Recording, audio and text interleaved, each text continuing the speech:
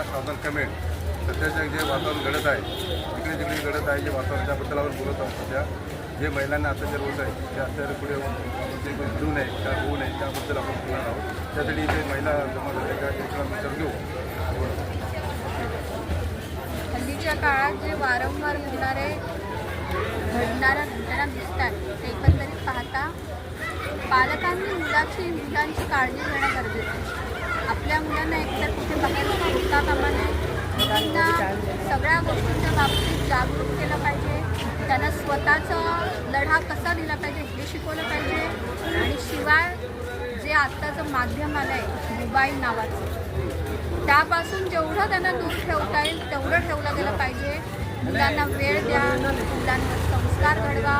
मुलींचं रक्षण करतात तसं मुलांनाही ते संस्कार देणं गरजेचं आहे. पालकांनी हे शिकवणं गरजेचं आहे. आज पालक दोन्ही ऑफिसला असतात, मुलं पाळणाघरात असतात, ते काय करतात काय नाही त्यांनाही माहीत नसतं. मग हे संस्कार घडवायचं काम कोणाचं आहे? म्हणून तरुण पिढी आजकाल बिघडत त्या मार्गावर चाललेली आहे. त्याच्यामुळे हे संस्कार जनमानसात रुजवणं गरजेचं आहे. पालकांनी वेळोवेळी सावध व्हायला पाहिजे. आपली मुलगी तर सांभाळली पाहिजेच, पण आपला मुलगा काय करतो काय नाही याच्याकडे तर आवर्जून लक्ष द्यायला पाहिजे.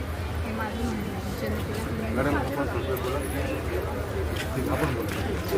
आम्ही याच्यासाठी एवढं सांगू इच्छितो की मुलांसाठी जसं मॅडमला मगाशी म्हणलेला मुलांना सर्वात जास्त लक्ष दिलं पाहिजे. त्यांनी मुलीचा प्रत्येकाने आदर केला पाहिजे. कारण प्रत्येकाच्या घरी बहीण आहे, भाऊ, त्याच्यानंतर आई आहे, नंतर कोणी आपले जे वुमनमध्ये रिलेटिव्ज आहेत. त्याचबरोबर मुलींसाठी सेल्फ डिफेन्स शिकून घेतलं गेलं पाहिजे. त्यांना वेळेत अपडेट दिलं पाहिजे की अशा वेळी कसं आपण रेस्क्यू करू शकतो स्वतःला, जेणेकरून ह्या गोष्टी घडणार नाही.